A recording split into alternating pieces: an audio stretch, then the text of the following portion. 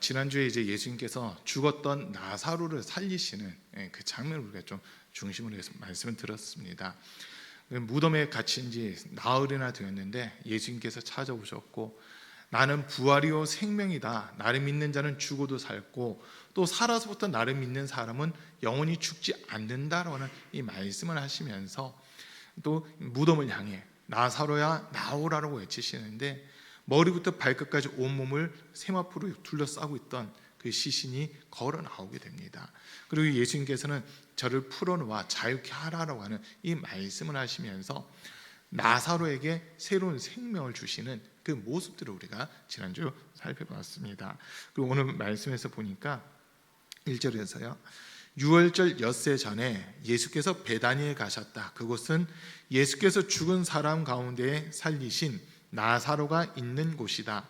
거기서 예수를 위하여 잔치를 베풀었는데 마르다는 시중을 들고 있었고 나사로는 식탁에서 예수와 함께 음식을 먹고 있는 사람 가운데 끼어 있었다라고 이렇게 이야기를 하고 있습니다. 지금 나사로의 이 형제들, 나사로와 마르다, 마리아 입장에서는 이 나사로가 어떻게 보면 집안의 지금 가장인데, 청년으로서 가장인데, 이 나사로가 죽었다가 살아났으니까 이 집안은 지금 상당한 위기에 처했다가 그 위기에서 해방받는, 자유함을 얻는 지금 그런 상황이 되어 있습니다. 이 나사로가 죽은 채로 그냥 끝났으면 마르다와 마리아는 이제 말 그대로 시집을 가야 되는데 아무것도 없는 이런 상황이고, 경제력도 없고 그리고 생활권도 없는 이런 모습이 이 당시의 모습이 되어버리는 거거든요. 그런데 이들이 어쨌든 나사로가 살아남으로써 생활도 할 수 있고 또 마르다, 마리아도 함께 기뻐하는 이런 모습을 주님께 지금 표현하는데, 주님을 위해서, 예수님을 위해서 잔치를 열고 또 예수님과 예수님의 제자들을 초청해서 함께 음식을 먹는 지금 이런 모습들이 이렇게 먼저 기록되어 있습니다. 근데 지금 날짜가 유월절 엿새 전에라고 하는 이런 말씀이 나오는데, 우리가 요한복음을 쭉 읽어보시면 예수님께서 유월절을 한 3번 정도 지킨 것으로 이렇게 기록이 되어 있습니다. 그래서 예수님의 공생애가 3년 반이다라고 하는 이야기는 요한복음에서 나온 이야기예요. 1년에 한 번씩 유월절에 예루살렘으로 올라가는 그것이 하나님이 명하신 부분이다 보니까 2장에서 예수님이 예루살렘에 올라가셔서 성전을 정화하는 일을 한번 하셨고요.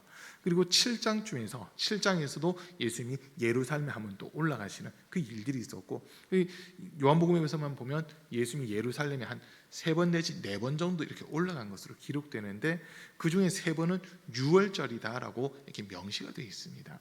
그래서 지금 이 오늘 본문에 나와 있는 유월절은 이제 예수님이 마지막 유월절을 지키기 위해서 일주일을 남겨두고 지금 예루살렘을 가시면서 베다니로 한 곳에 먼저 들리고 있는 이런 모습이라는 거거든요. 근데 이제 오늘 말씀에서 중요한 게 3절 말씀인데, 3절 말씀을 보니까 그때에 마리아가 매우 값진 순나드 향유 한 근을 가져다가 예수의 발에 붓고 자기 머리털로 그 발을 닦았다. 온 집안에 향유 냄새가 가득 찼다라고 하는 이 이야기를 하고 있습니다. 지금 마르다는 음식을 준비했고, 그리고 나사로는 예수님의 제자들과 함께 식탁에 앉아 있고, 그래서 이제 마리아가 예수님께 향유를 가지고 와서 지금 그 발에 붓고 있는 이 장면이 지금 이렇게 기록이 되어 있는데요.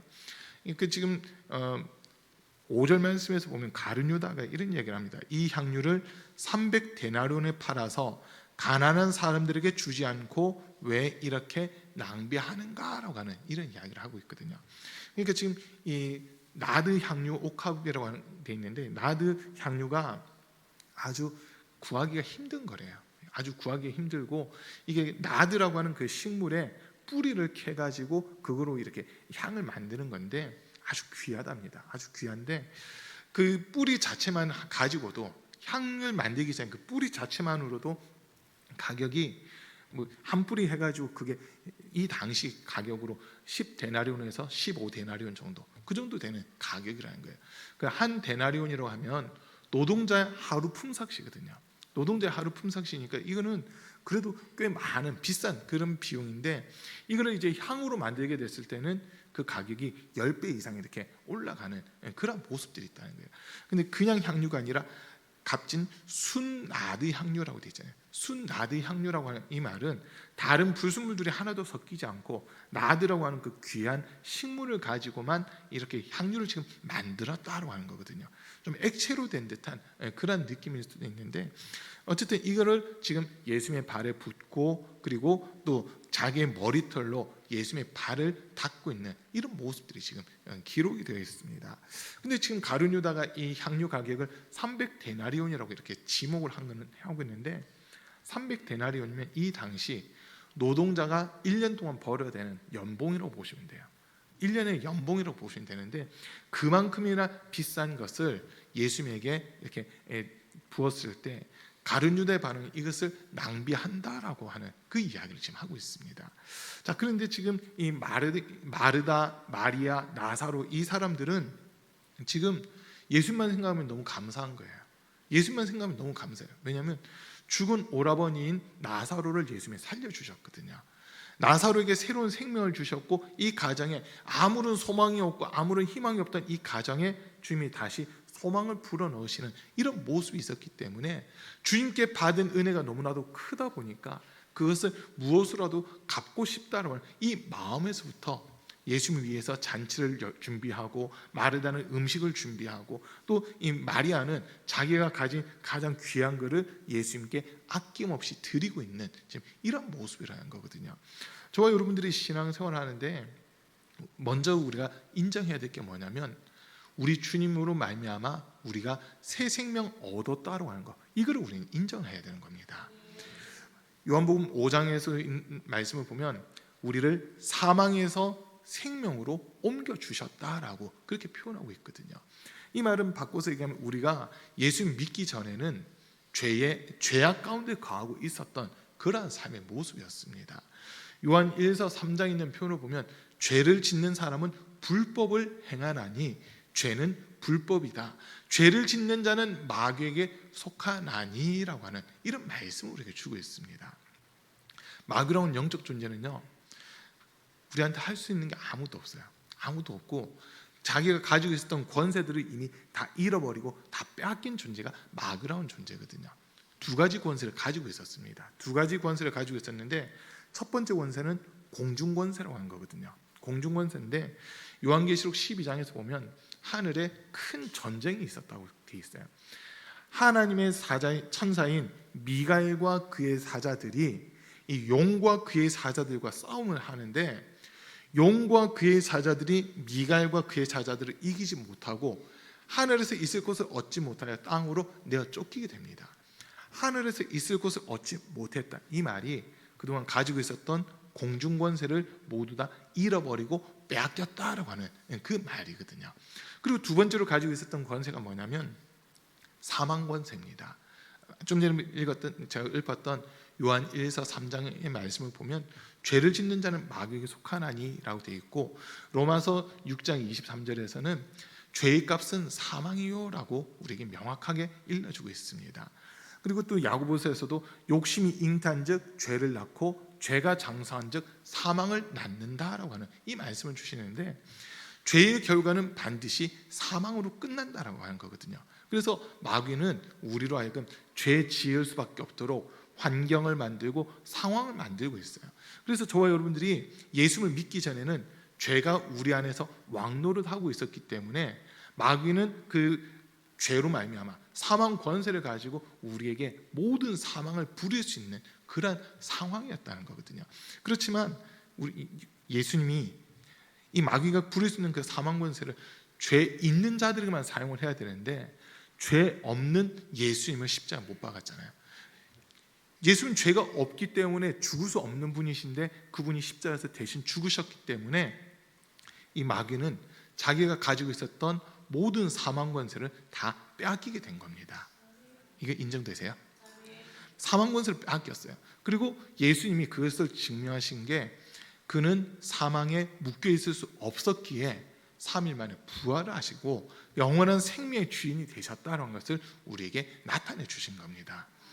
그래서 에베소서 2장 2절 이후에 있는 말씀을 보면 허물과 죄로 죽었던 우리를 살리셨도다. 그 전에 우리가 이 세상 정욕, 세상 문화와 풍습을 쫓고 그리고 공중권세 잡은 자들을 따랐으니 곧 불순종의 아들들 가운데 역사하는 영이다. 그들을 우리가 쫓아서 행했다는 거예요. 그러나 그들을 쫓아 행할 때, 마귀를 쫓아 행하고 공중권세 잡은 자, 악의 영들, 이 영들을 쫓아갈 때는 우리는 허물과 죄라고 하는 것으로 죽은 자였다는 거죠. 죽은 자였으나 예수님이 우리의 죄를 담당하시고 십자가에서 대신 죽임 당하심으로 이제 우리를 사망에서 생명으로 옮기시는 그 은혜를 허락해 주셨습니다. 저와 여러분들이 예수님을 믿고 있다면 이제는 사망 권세는 우리 안에서 아무런 힘을 쓸 수 없게 된 겁니다. 구원받은 자로서, 죄사함 받고 구원받고 하나님의 자녀가 된 자로서 이 은혜를 우리가 하나님께 감사로 표현을 할 수 있어야 된다고 하는 거거든요. 지금 마르다가 음식을 준비한 거, 또 마리아가 향유를 붓는 거는 생명 주신 주님께 감사를 표현하고 있는 이런 모습이 되는 겁니다. 저와 여러분들이 정말 이 땅에서 열심히 일도 하시고 열심히 돈도 벌고 하셔야 돼요. 그런데 그것을 모으기만 하는 게 아니라 어디에 쓸 거냐고 했을 때 주님이 기뻐하시는 곳에 사용을 할 수 있어야 되는 겁니다. 경제적인 관점에서 본다면 우리 감리교 창시자인 존 웨슬리 목사님이 세 가지를 이렇게 이야기하는데, 합법적인 방법으로, 정당한 방법으로 최대한 열심히 일을 해라. 그리고 최대한 열심히 벌어서 그것을 최대한 많이 저축을 해라. 그리고 그것을 주님이 기뻐하시는 곳에는 아낌없이 사용하라고 하는 이런 이야기를 하거든요. 주님이 기뻐하시는 곳이에요. 그냥 내가 원하는 것을 아낌없이 쓰는 게 아니라 주님이 기뻐하시는 곳에는 그 물질을 아낌없이 쓸 수 있어야 된다는 겁니다. 그때 주님이 영광도 받으시고 또 그것을 사용할 수 있는 지혜도 주시고 능력도 주신다고 하는 거거든요. 그래서 우리는 이런 부분들을 보면서 지금 웨슬리 목사님이 한 이거나 마르다, 마리아가 예수 위해서 준비한 이 모든 것들은 딱 한 가지, 생명 얻었다, 새 생명을 얻었다라고 하는 것에 대한 감사의 표현이었다는 겁니다. 자, 그런데 오늘 본문에서 예수님의 제자 중 하나인 가룟 유다는 지금 이 마리아가 예수님에게 나드 향유를 붓는 것에 대해서 낭비한다고 하는 지금 그 이야기를 하고 있거든요. 여러분, 우리가 여기서 분명하게 아셔야 되는 게 있습니다. 주님께 드리는 거는요, 낭비가 아닙니다. 주님께 드리는 건 낭비가 아니에요. 그런데 예수님의 제자인 이 가룟 유다는 주님께 드리는 것을 낭비라고 지금 이렇게 이야기를 하고 있거든요. 이 말은 바꿔서 얘기하면 예수님을 믿지 않는 사람에게서 나오는 표현이 이런 표현이에요. 주님을 위해서 하는 것들, 주님을 위해서 내 시간을 드리고 내 건강을 드리고 내 물질을 드리고 내 생명까지 드리는데 믿지 않는 사람들 반응을 보세요.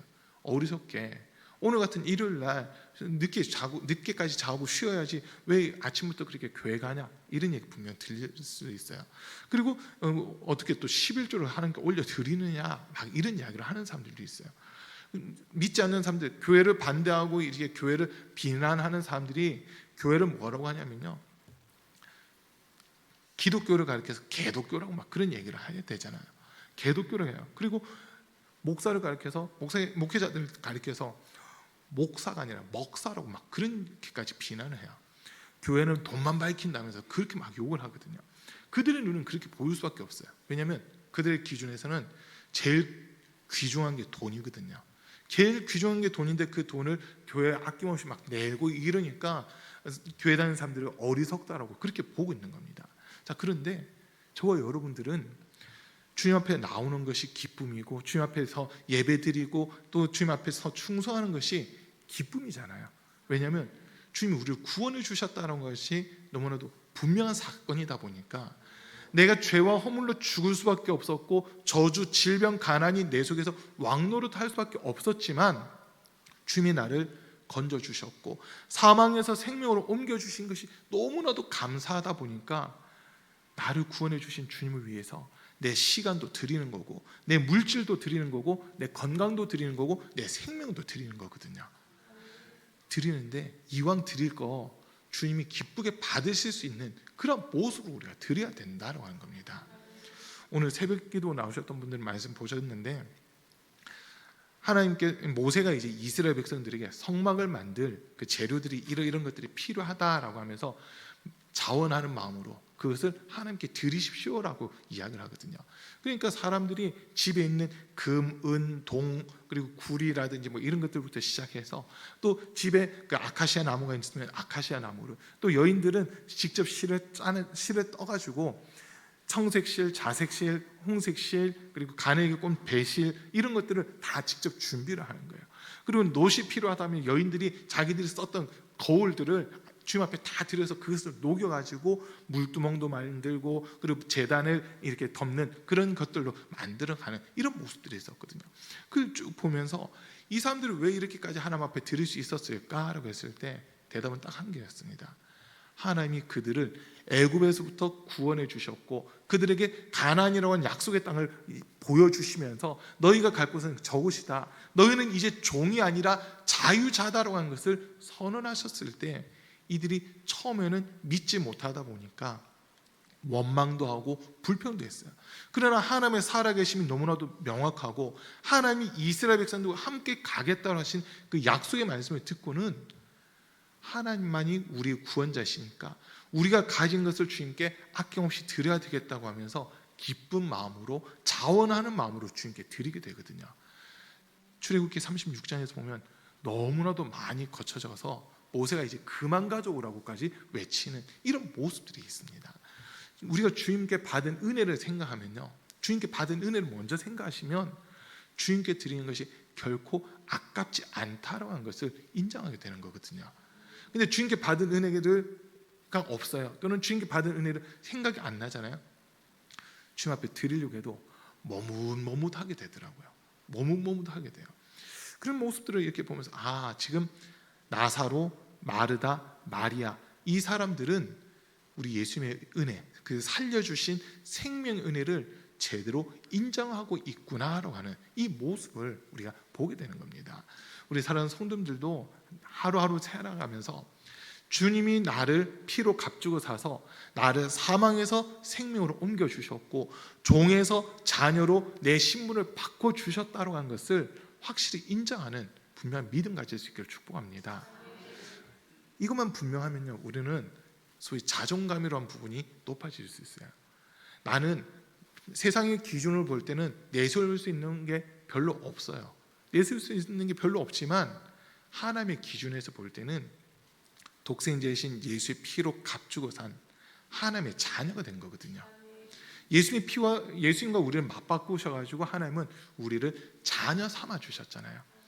저와 여러분들이 똑똑해서 자녀 삼으신 것도 아니고, 저와 여러분들이 뭔가 부자기 때문에 자녀 삼으신 것도 아니고, 어떤 조건이 있어서 자녀 삼으신 것이 아니라 하나님께서 일방적으로 우리를 사랑하기로 작정하신 겁니다. 요한복음 3장 16절 말씀을 보면 하나님이 세상을 이처럼 사랑하사 독생자를 주셨으니 이는 그를 믿는 자마다 멸망하지 않고 영생을 얻게 하려 하심이다 라고 이렇게 말하는데요, 저는 이 말씀 읽을 때마다 여기 세상이라는 단어에다가 제 이름을 넣거든요. 제 이름 넣어서 그냥 한번 다시 읽어볼게요. 하나님이 영혼이를 이처럼 사랑하사 독생자를 주셨으니 이는 그를 믿는, 예수님을 믿는 영혼이가 멸망치 않고 영생을 얻게 하려 하심이다. 지금 저는 제 이름 넣었지만 듣는 여러분, 우리 성도님들은 자기 이름으로 들으셔야 되는 거예요. 이해되시죠? 주님이 하나님의 나를 이렇게 사랑해 주셨다고 하니까, 나를 구원해 주시고 자녀 삼아 주신 그 은혜가 너무나도 크다 보니까 주님 앞에서 내가 할 수 있는 게 무엇일까 했을 때 충성하는 거더라고요. 순종하는 거고 기도하는 거고 내 시간을 들여서 주님 앞에 나오는 거고 내 물질을 주님 앞에 드려도 이게 조금 더 아깝지 않는 그런 마음들이 들더라라고 하는 거거든요. 저와 여러분, 우리는 분명하게 내가 예수님의 그 피로 말미암아 구원받았고 죄사함받았고 하나님의 자녀가 되었다라고 하는 이 분명한 믿음 가지셔야 되는 겁니다. 자, 가룟 유다가 이렇게 가난한 사람들 이야기를 하면서 이제 마리아를 막 비난을 하니까 예수님이 그걸 막아섭니다. 막아서는데 7절 말씀에 보니까 예수께서 말씀하셨다. 그대로 두어라. 그는 나의 장사날에 쓰려고 간직한 것을 쓴 것이다. 가난한 사람들은 언제나 너희와 함께 있지만 나는 언제나 너희와 함께 있는 것이 아니다라고 하는 이 말씀하시거든요. 그 지금 가룟 유다가 이걸 팔아서 가난한 사람들에게 나눠 줬으면 더 유익하지 않았겠느냐라고 하는 그런 이야기를 해요. 여러분, 지금 이게 어떻게 보면 교회 재정을 어떻게 써야 되느냐라고 하는 그 부분과도 연결되는데, 세상에다 그냥 막 퍼주는 게 아닙니다. 교회 재정은 하나님이 기뻐하시는 곳에서 써야 되는 거거든요. 주의 복음을 위해서 써야지, 복음과 상관없는 데다 재정 쓰는 거는 지금 이 말씀과 비춰봐도 맞지 않다고 하는 거예요. 자, 가난한 자들에게 구제는 할 수 있겠죠. 그런데 우리가 성경을 다시 한번 더 자세히 보세요. 사도행전을 쭉 보면 성도들이 성령 받고 나서 했던 제일 첫 번째 행동들이 뭐냐면, 자기의 소를 다 팔아가지고 그것을 교회에다 헌금을 해요. 그럼 교회에서 그걸 가지고 교회 내에 있는 사람들, 공동체 내에 있는 사람들 중에서 가난한 사람들, 과부, 고아, 이런 사람들을 먼저 챙겨주는 거였거든요. 있는 사람들은 그대로 있지만 없는 사람들을, 같이 신앙생활하는 사람들 가운데서 없는 사람들을 위해 그것을 사용하는 거였어요.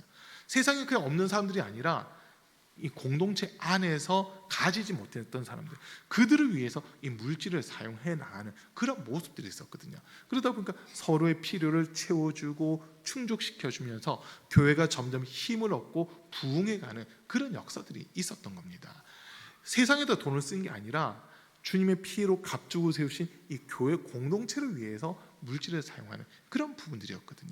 근데 가룟 유다는 지금 성경에서 말하기를 그는 도둑이다라고 그러잖아요. 도둑이래요. 예수님의 제자들 가운데서 제자들이 그래도 12명, 예수님까지 하면 13명이 같이 움직이다 보니까 이 돈을 관리하는 사람이 한 명이 있어야 된다는데, 그 사람이 이 가룟 유다였거든요. 그러니까 지금 300데나리온이면 우리가 몇 개 더 사 먹을 수 있는데, 돈 걱정 없이 이렇게 전도도 할 수 있는데, 그런 계산을 어떻게 보면 했던 게 가룟 유다였습니다. 그 돈으로 진짜 목적대로 사용하는 게 아니라 그 돈을 더 꽁쳐가지고 자기 유익을 위해서 쓰려고 했던 그런 마음을 가지고 있었던 사람이 가룟 유다였거든요. 근데 예수의 그 다음 말이 중요한 게, 그러니까 나더라. 마리아는 나의 장사날, 장례 치르는 거, 이거를 위해서 이 향유옥합을 준비해 두었다라고 하는 이 이야기를 지금 하고 있습니다. 제가 여러분에게 질문을 하나 해볼게요. 혹시 그리스도라는 말이 무슨 뜻인지 아세요? 그리스도,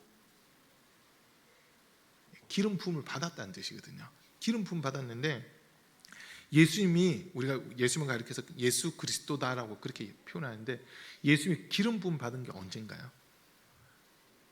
혹시 아시나요? 예수님이 기름 부음 받은 거. 자,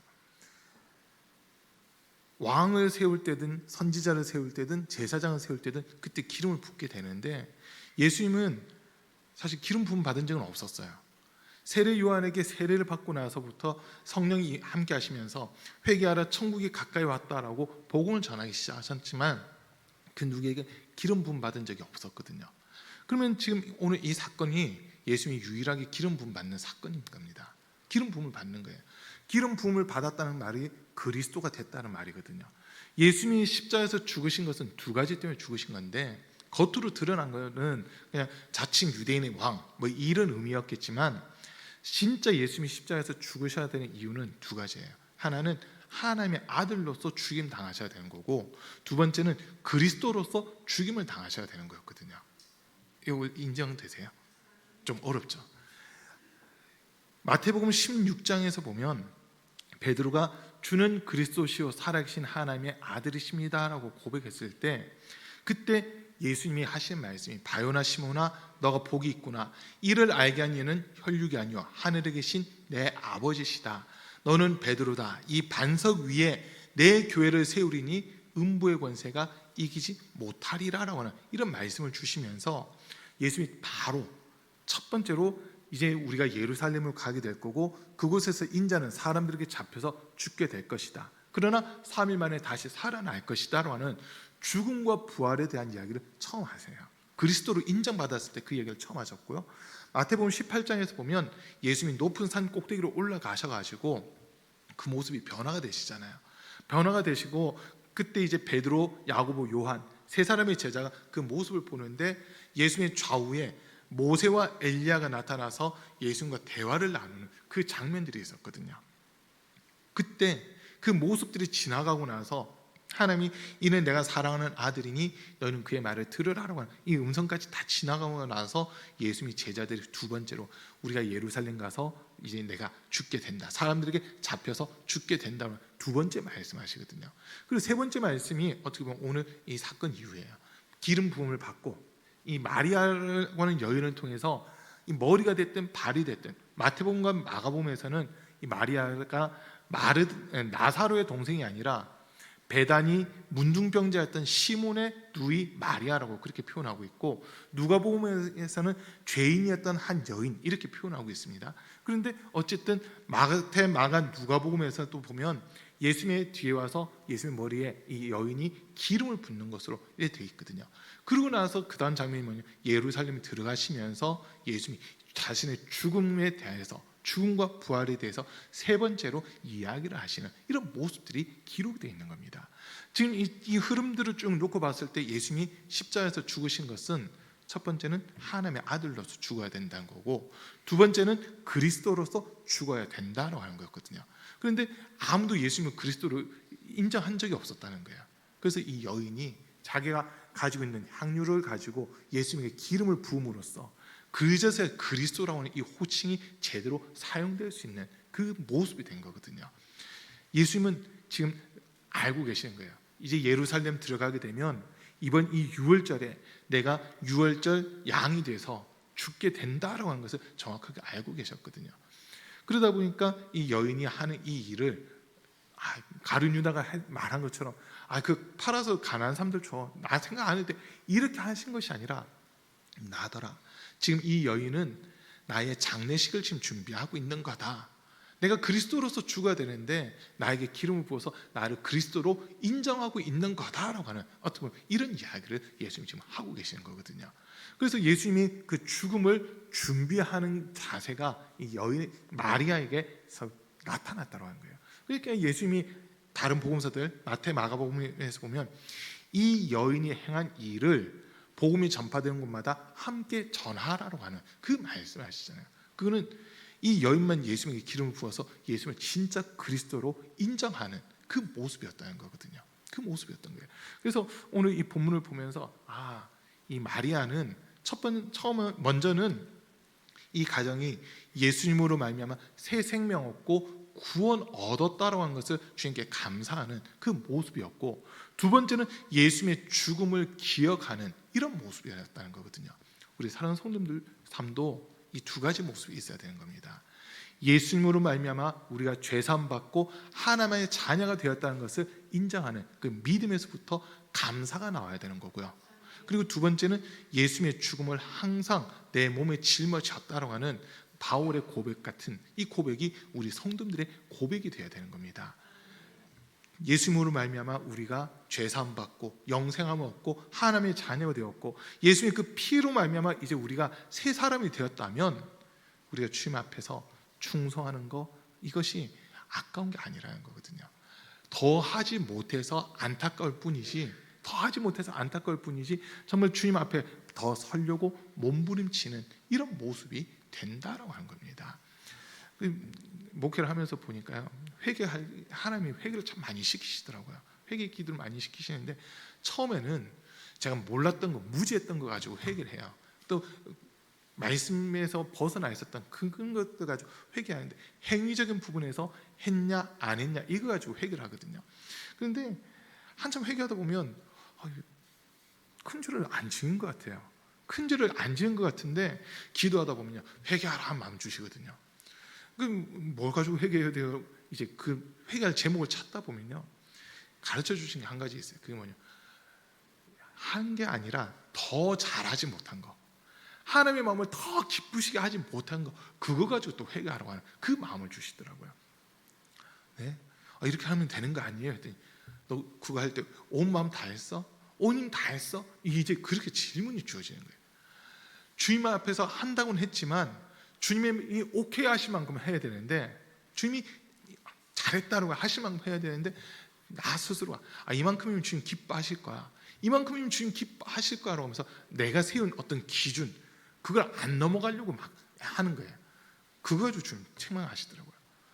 왜? 나는 내 아들 예수까지도 아끼지 않고 너에게 줬는데 넌 그거 나한테 주는 게 그렇게 아깝니라고 하는 이 마음을 주시더라고요. 그 마음이 드니까 주님 잘못했습니다 하고 또 회개가 되는 거예요. 더 하지 못한 거, 했다 안 했다가 아니라 하나님 앞에서 더 하지 못한 거, 이 부분까지도 이제 회개를 시키시는 이런 모습들이 있었거든요. 그걸 보면서 우리 주님의 마음에 합한 자가 돼야 되는데, 정말 주님이 오케이 하시고 주님이 기뻐하시면 그러한 삶이 되어야 되는데라고 하는 것을 더 많이 생각하게 되는 거거든요. 우리 주님이 안 받으신다가 아니에요. 받으시는데 이왕이면 우리가 더 할 수 있는데 하지 않는 이 부분을 주님이 보고 계신다는 거거든요. 더 할 수 있음에도 불구하고 이만큼이면 될 거야 라고 하면서 우리 스스로 선을 정해버리는 거예요. 선을 정해버리는 거죠. 그러다 보니까 주님이 그것 때문에 안타까워하시거든요. 나는 너를 위해 내 독자 예수 그리스도도 아끼지 않고 줬는데 너는 나에게 주는 게 그렇게 아깝니? 이 말씀을 하시더라고요. 이 말씀 앞에서 그냥 무릎 꿇을 수밖에 없었거든요.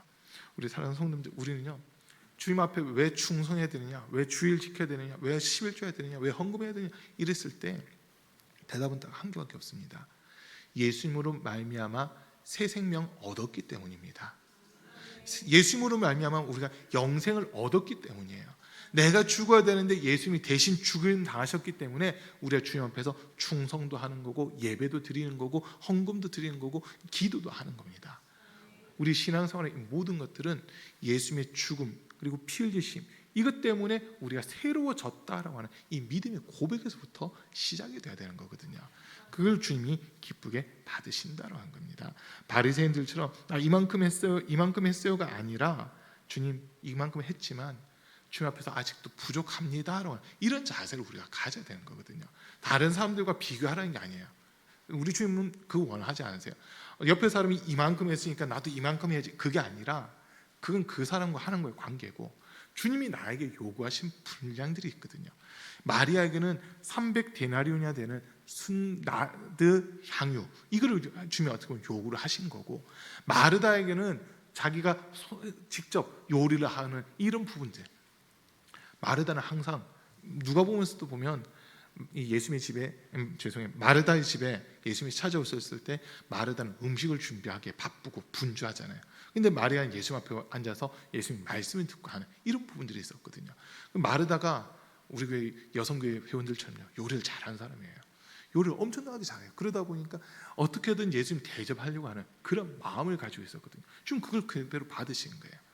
할 수 있는 것들을 통해서 주님께 영광 돌릴 때 주님 그걸 그대로 기쁘게 받으신다는 거거든요. 이 사람은 왜 요리해요? 저는 이거 드렸는데 언니는 왜 요리해? 이게 아니라 마르다에게는 마르다에게 맞는 것을 하나님 주님이 요구하시는 거고, 마리아에게는 마리아에게 맞는 것을 주님이 요구하신다라고 하는 겁니다. 우리 각자에게도 우리 주님이 요구하시는 분량들이 다 달라요.